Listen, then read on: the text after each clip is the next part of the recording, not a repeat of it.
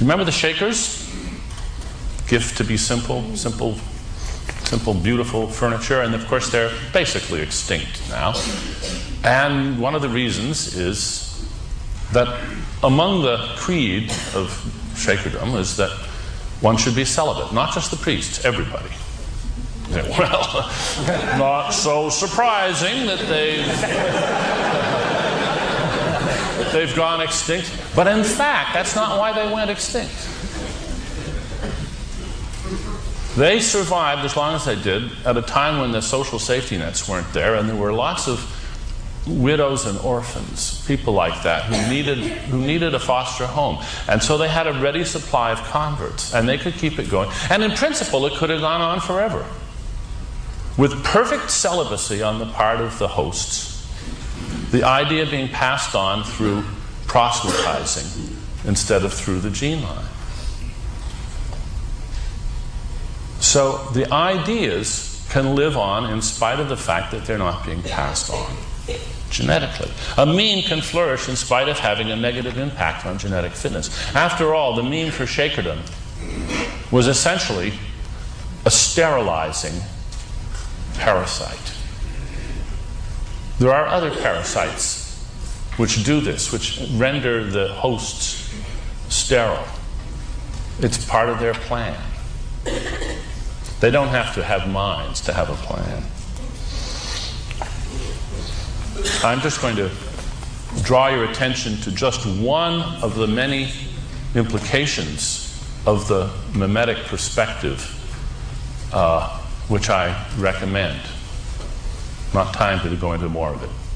In Jared Diamond's wonderful book, Guns, Germs, and Steel, he talks about how it was germs more than guns and steel that conquered the new hemisphere, the Western hemisphere, that conquered the rest of the world. When European explorers and travelers spread out, they brought with them the germs that they had become essentially immune to, that they had learned how to tolerate over hundreds and hundreds of years, thousands of years of living with domesticated animals that were the sources of those pathogens. And they just wiped out, these pathogens just wiped out the native people who had no immunity to them at all. And we're doing it again. We're doing it this time with toxic ideas.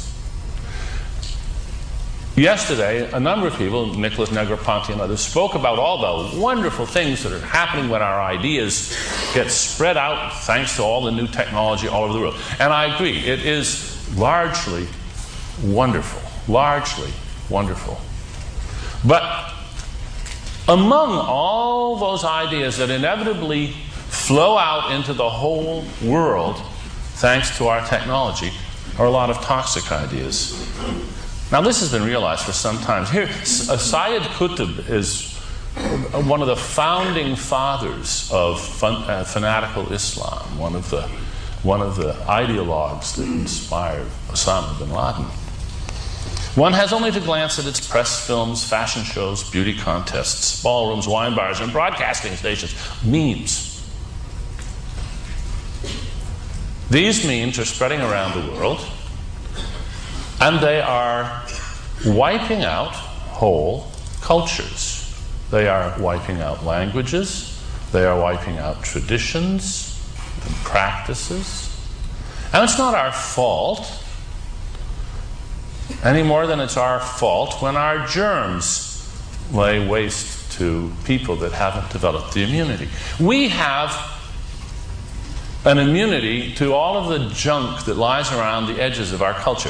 Free society, so we let pornography and all these things, we shrug them off. They're like a mild cold. They're not a big deal for us. But we should recognize that for many people in the world, they are a big deal. And we should be very alert to this as we spread our education and our technology. One of the things that we are doing is we're the vectors of memes that are correctly viewed by the hosts of many other memes as a dire threat to their favorite memes, the memes that they are prepared to die for. Well, now, how are we going to tell the good memes from the bad memes? That is not the job of memetics, of the science of memetics. Memetics is morally neutral, and so it should be. This is not the place for hate and anger.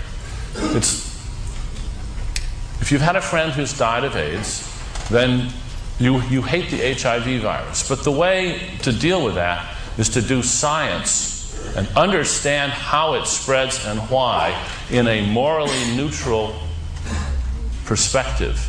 Get the facts, work out the implications. There's plenty of room for moral passion once we've got the facts and can figure out the best thing to do.